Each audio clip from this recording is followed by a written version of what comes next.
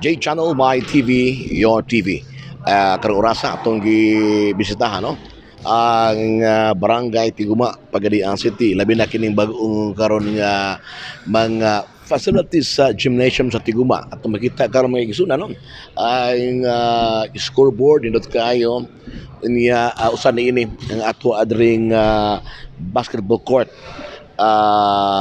Video ato nakita gyud no nga pinaagi kini sa pagpanikamot sa ato ang numero 1 konsyal sa Dakbayan sa Pagadian si Councilor Engineer Roger Asidili. Apil na dire kining Barangay Hall. Dire gid mismo sa cover court niya gisumpay lang po ni dito speakers gabahin. Ya do na pag-apil pag ni ang lead wall mga kaigsunan. At kini tungod sa pagpaningkamot sa ato ang numero ng konsyal sa Dakbayan sa Pagadian sa dihang siya pod ang kaning barangay captain sa Tiguma mga kaigsunan. So ato nakita kan oras no nga kuan na kini one of the best kuan po ni kana ang basketball court in the city. Kay kuan na kini mo ali modernize niya dunay lead wall mga kaigsunan niya ato panikamutan pod nga ato mahinabi si barangay captain Chichi Tampos unsa po iya nga matubag karon kini may labot sa nindot kaayo no nga facilities diri sa Barangay Tiguma mga kaigsunan. Gani naapod diri ang ato mga sangguniang kabataan SK members o atong SK chairman diri sa Barangay Tiguma ato pong mahinabi ni kay kini bang basketball court usa gyud ni sa gamit kay isto mga sangguniang kabataan. Mga kaigsunan medyo ato makita ma-impress gutan ini. So ato karon nga hinabion kasi hinabi ato SK chairman si SK chairman Viray karon with the presence of our first number one councilor sa Dakbayan sa Pagadian gi-inspection ni unya medyo murag humana mo gino atong barangay hall ato court unsay ato ikasulti karon ni bihap sa sangguniang kabataan. So, mayong hapon sa tanan no. On behalf of the Sangguniang Kabataan as your SK chairperson of Barangay Tiguma, grabe gyud mi ka grateful at the same time thankful kayo mi ni Konsehal Engineer Roger Asidilio kay gibilinan gyud niya og ligasiya ang Barangay Tiguma, hilabi na ang paghatag og renovation construction sa ato ang gym no, ang ang beautification sa ato ang stage gikan sa suga sa electric fans sa ato ang mga sports facilities gihatag gyud ni engineer. At the same time thankful gyud mi kay tungod ni engineer pod dako kayo og kausaban ang Barangay Tiguma, Sir J. Okay, imo ni mga SK Kagawad. Mao po ni ako ang mga si SK Kagawad. Darren. Sir Darren, usay po imong kasulti karon. Ala no, ay mayong hapon ako dahil si Kagawad Darren Jasper G. Pauline akong masulti no kay nindot na jud ato ang gym. Bali nag-start ra jud mi no nga kato jud simple bitaw then karon kay grabe na nay pa lights na nami pa LED jud no then stage nga mo nang tsada na gyud ang Barangay Tiguma like grabe ka wow.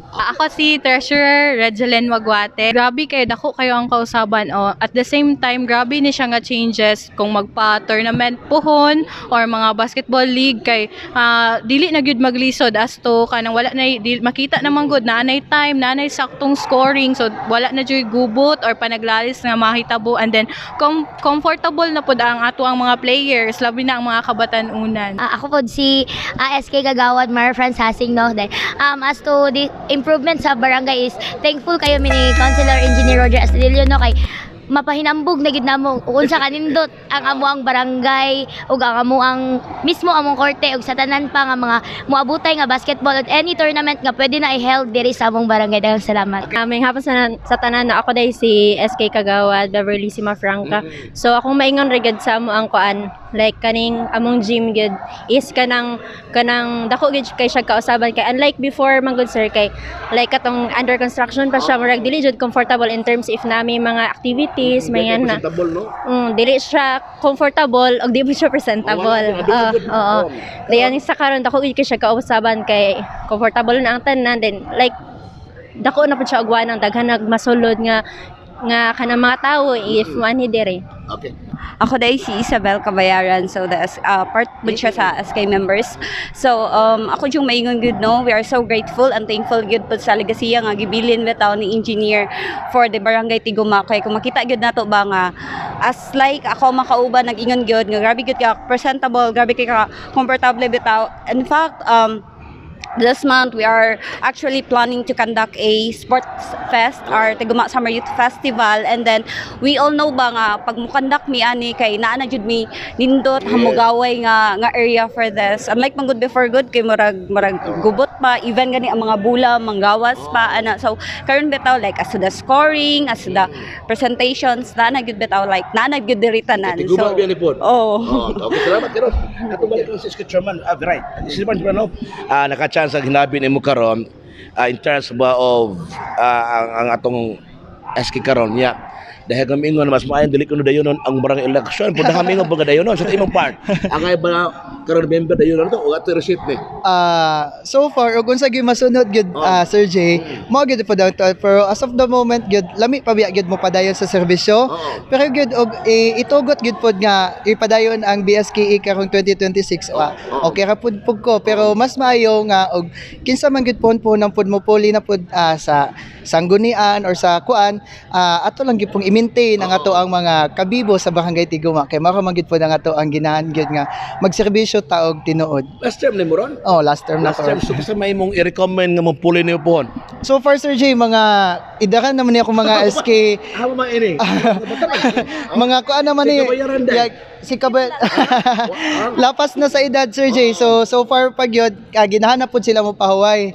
Ginahanap po sila sa new faces na po na. Oo, new faces na po ang ato na pong sinabi karon kan. Last question, kini ba tawag reaction ni DLG Secretary Remolio Mangod? Nga wala ko sa kuaning way gamit ding kuan iskero pa i-abolish ni. Sa part ba niyo ba no? In general, mo sa tan-aw nimo angay abolish ni ang SK o dili?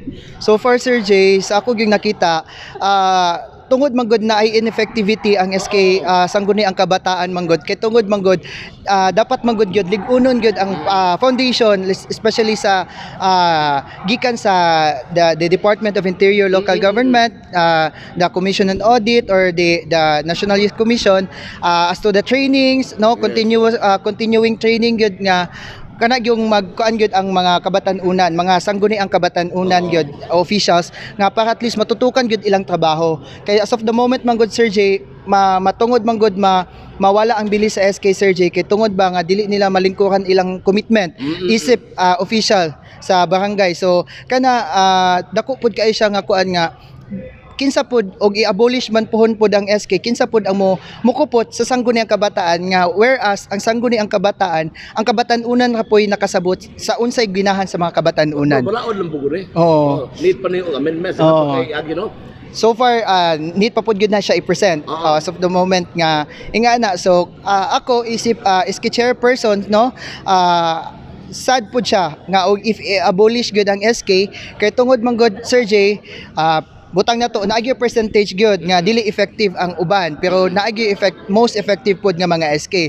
So I hope pod nga ang kana lang I hope the secretary no nga ihapong pangusgan no ang mga continuing training for the sangguniang kabataan officials para at least effective gyud pod ang ilang paglingkod. So pag karon sa Tiguma video ang Tiguma may bibo kay ron no kay nay personality nga klaro mo gyud ang mudagan si Zero.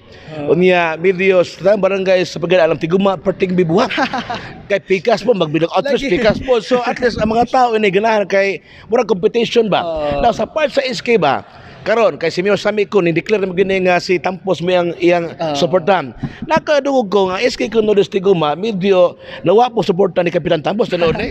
Di ani man gud ni Sir J nga wala pod kayo mingon nga nawala gid pod. Nagid pod mi under ni Mayor asenso gihapon. Sa Tiguma Kapitan Tampos. naagihapon na padayon gihapon na mo suporta sa mo kapitan. Dili lang naalang gyud misunderstanding na magyud nato na malikayan Sir Jay nga naagi mga misunderstanding along the way. So we the SK Council gyud, we are professional, we are we are stand as one. So kana amo pong paningkamutan nga dili lang gyud pud mi magkuan gyud pud. At the same time dili pud namo i-use ang amoang posisyon sa politika. So meaning tinuod gud na nga may usa man ayo pa ni dai usa man nag-call off. Oo, siguro nag-call off lang sa pero at the same time Sir Jay need man pud na og space if naagi ka ng kuan pero I am hoping for the better nga at least ma-okay pud ang tanan. Pero magkita mo Kapitan Campos. Example dire, unsa man mag-istorya? Yeah, Sir Jay, bago lang pud mi. Oo, we're in good ni Kapitana. We are full of respect pud sa to ang mga barangay officials. Oo.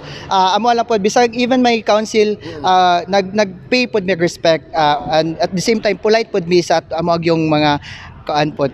Hay na demokrasya maguta. Yeah. Dili lang madili lang masakripisyo ang kailambuan sa usa ka lugar. Okay, ato'y follow up no si SK Chairman Von Biray. Sir, kani bang lead wall karon LED sa Tiguma? Nagamit mo sa SK ni?